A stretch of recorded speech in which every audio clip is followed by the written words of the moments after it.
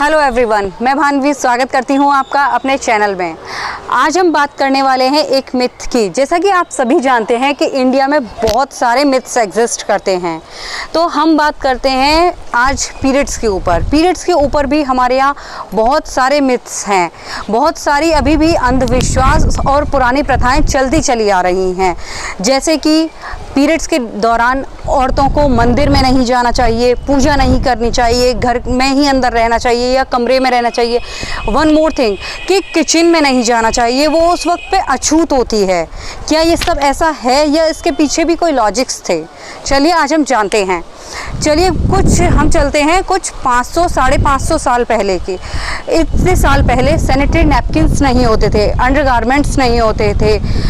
औरतें ऐसे ड्यूरेशन में अब क्लोथ से ही, कपड़े से ही अपने आप को रैप करती थी। तो सोचिए कितनी प्रॉब्लम्स होती होगी उन्हें। और बाथरूम्स वगैरह भी नहीं होते थे, पानी की फैसिलिटी भी नहीं थी। औरतों को रिवर बैंक्स पे और टैंक्स पे जाना पड़ता था नहाने के लिए, कपड़े धोने के लिए। ये सारी फैसिलिटीज़ उस वक्त पे नहीं थी। तो और ऐसे में औरतों का मूड वैसे ही बहुत ज़्यादा क्रैंकी होता था। तो जब औरतें, टेम्पल्स वगैरह जो थे वो पूरे गांव में या पूरी जगह पर 1 या 2 होते थे, उसके अलावा वो बहुत हाइट पर भी होते थे। और जो मंदिरों का आर्किटेक्चर होता था, जो उसके डिज़ाइंस होते थे, वो इस तरह से होती थी कि उसमें energy downward to upward flow करती थी, नीचे से ऊपर की तरफ जाती थी।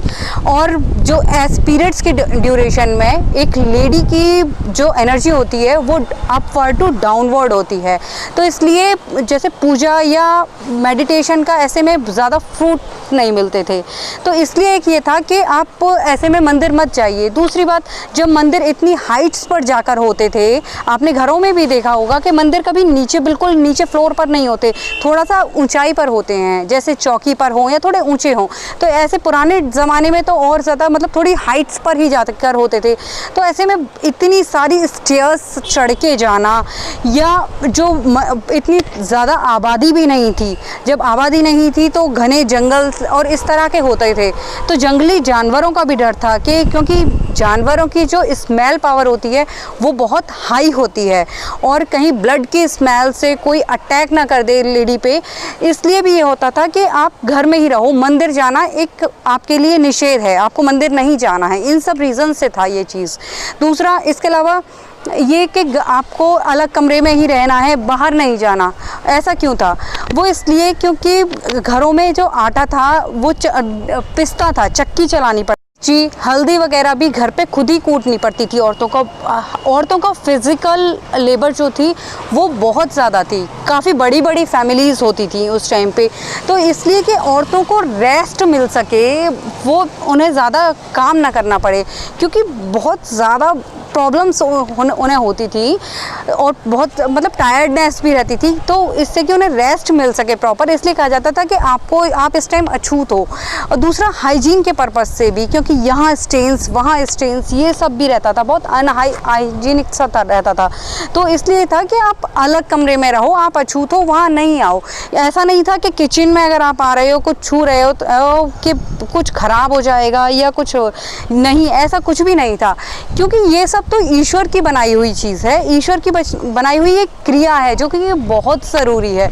तो ये अछूत या निषेध, ये वाली चीज़ें कैसे हो सकती हैं? ये सब चीज़ें पुराने टाइम में एग्जिस्ट करती थी। लेकिन जब आज के टाइम में घरों में हमारे पास प्रॉपर फैसिलिटीज़ हैं, मंदिर हमारा घर में है, तो हम पूजा कर सकते हैं। ऐसा नहीं है कि भगवान नाराज़ हो जाएंगे। ये सब तो एक बनाए गए थे सुपरस्टिशियस, जिससे कि लोग इसको फॉलो करें, ज़्यादा मच ना करें। या किस किस को समझाओगे आप? इसलिए एक सुपरस्टिशियस ये लाइंस बना दी गई थी, टैग लाइंस, कि आप इन्हें बस फॉलो कीजिए, इससे आपको रिलीफ मिलेगा। या इस टाइम पे हाइजीन की प्रॉपर फैसिलिटीज़ हैं हमारे पास, तो भी हम तो पूजा करना या किचन में जाना, ये सारी चीज़ें अब एग्जिस्ट नहीं करती हैं। I don't think so. तो अब इन सबको ज़बरदस्ती फॉलो करना या लादना, आई थिंक अब बेकार है।